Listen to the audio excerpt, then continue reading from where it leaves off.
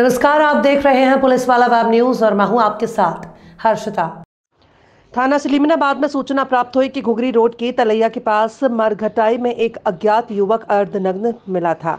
शव मृतक की पहचान संदीप यादव पिता महेंद्र प्रताप यादव उम्र 30 साल निवासी सलैया थाना असपुर देवसरा जिला प्रतापगढ़ उत्तर प्रदेश के रूप में हुई है, जो वर्तमान में जौनपुर में रहता था, जहां इसकी ऑटो पार्ट्स की दुकान थी जिसमें ये गाड़ी सुधारने का काम करता था। उक्त मृतक की हत्या में दीपक यादव पिता साहिब लाल यादव उम्र 27 साल निवासी इटेली थाना गौर बादशाहपुर जिला जौनपुर उत्तर प्रदेश विधि उल्लंघनकारी बालक निवासी रामपुर थाना गौर बादशाहपुर जिला जौनपुर उत्तर प्रदेश अभिषेक यादव पिता तूफानी यादव उम्र 25 साल निवासी घुघरी थाना सलीमनाबाद जिला कटनी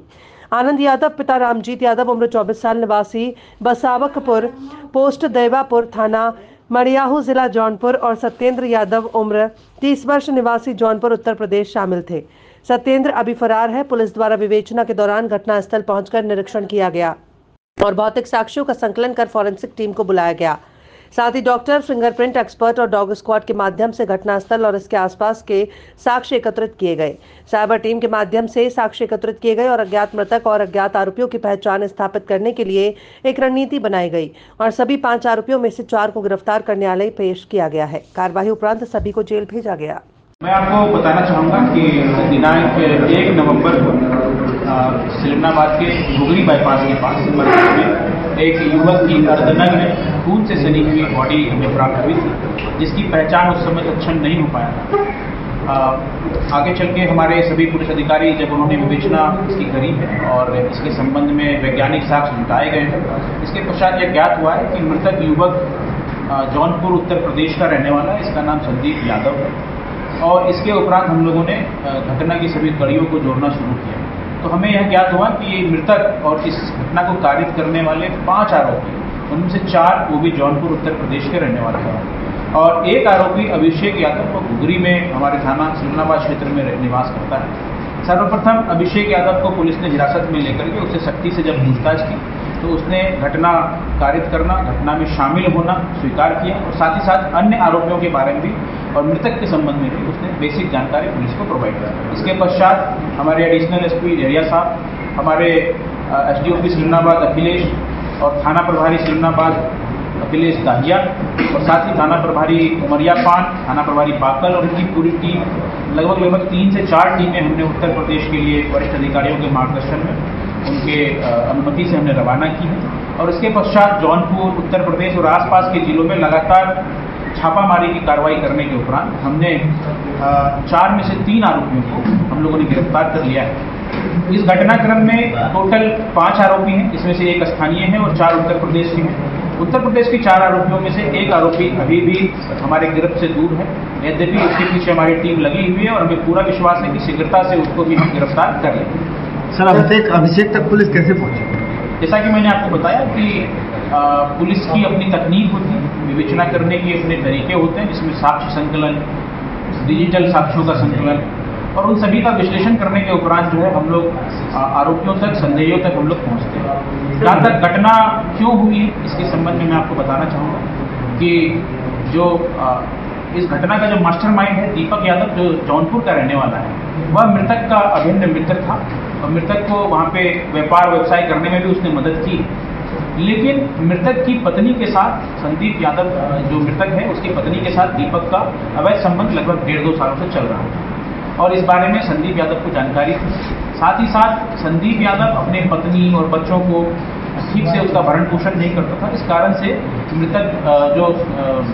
दीपक यादव है वो काफ़ी आक्रोशित था और लगातार इस बात को लेकर के उसके बीच विवाद होते रहे। इसी बात से व्यथित होकर के दीपक यादव ने यह तय किया कि वह मृतक को ठिकाने लगाएगा और उसी के घर के पास जौनपुर का ही रहने वाला सत्येंद्र, जो कि पुराना बदमाश है, और उसका एक सहयोगी जो एक अपचारी बालक है, इन लोगों के साथ मिलकर के इसने पहले तो घटनास्थल की रेकी की, क्योंकि सत्येंद्र का रिश्तेदार अभिषेक है जो घुघरी में निवास करता है और इस रेकी के उपरांत उन्होंने तय कर लिया कि जो जिसको आहत करना है उस व्यक्ति को यहाँ लेके हमें आना है मैहर घुमाने के बहाने और इसके उपरांत इसकी यहाँ पे हत्या कर देंगे। और ठीक अपने प्लान के मुताबिक उसने मृतक को 4 व्हीलर में बिठा करके, आनंद यादव नामक एक युवक के 4 व्हीलर में बिठा करके वो यहाँ तक लेके आए हैं। उसको रास्ते में भी भरपूर शराब पिलाई है। घटनास्थल पर भी शराब का सेवन किया जाना पाया गया है और उसके उपरांत शराब के नशे में जब मृतक बेसुध हो गया, खड़े होने की भी स्थिति में जब वो नहीं था, तो पत्थर पटक करके उसकी वहीं पे हत्या कर दी गई। तत्पश्चात पेट्रोल छिड़क करके उसको आग से जलाने की भी कोशिश हुई ताकि मृतक की पहचान छुपाई जा सके। कुल मिलाकर के इरादा यह प्रतीत होता है, क्योंकि मृतक और आरोपी सभी बाहर के रहने वाले थे, उत्तर प्रदेश के रहने वाले थे, यहाँ से सैकड़ों किलोमीटर दूर के निवासी थे। तो ऐसा इन लोगों की मंशा रही होगी कि अगर इसकी पहचान छुपा दी जाए तो पुलिस हम तक नहीं पहुँच पाएगी। लेकिन जैसा कि आप सभी जानते हैं कि पुलिस अपने कार्य में दक्ष है, पुलिस के पास ऐसी सारी तकनीकें हैं और हम लोग साक्ष्य संकलन करने, उसका विश्लेषण करने और जो हमारी पेशेवर तकनीक है उसमें हम लोग सभी रूप से हमारी जो बेस्ट से बेस्ट कोशिश होती है कि हम सभी अपराधियों को पकड़े, उनको सलाखों के पीछे लाएं और माननीय न्यायालय के समक्ष उनको प्रस्तुत करें ताकि उनके किए गए अवैध कृत्य का उन्हें पर्याप्त दंड मिल सके। सर, आरोपियों का मृतक की पत्नी से संबंध रहा तो क्या उसकी पत्नी की भी कोई संलिप्तता है? नहीं, अभी ऐसा कुछ प्रतीत नहीं हुआ है। अभी चूंकि छानबीन जारी है, पत्नी से भी बातचीत की गई है, लेकिन ऐसा प्रतीत नहीं हो रहा है कि पत्नी को इस घटना के बारे में कोई प्राथमिक रूप से जानकारी रही है। सर, जो दीपक यादव है वो मतलब उसके अभी संबंध, उसने सर क्या हत्या के लिए पैसा दिया था सर? हाँ, जैसा कि इस मामले में जो आरोपी हैं उनसे जब पूछताछ की गई है उसमें यह बात सामने आई, सत्येंद्र को पैसे की लालच में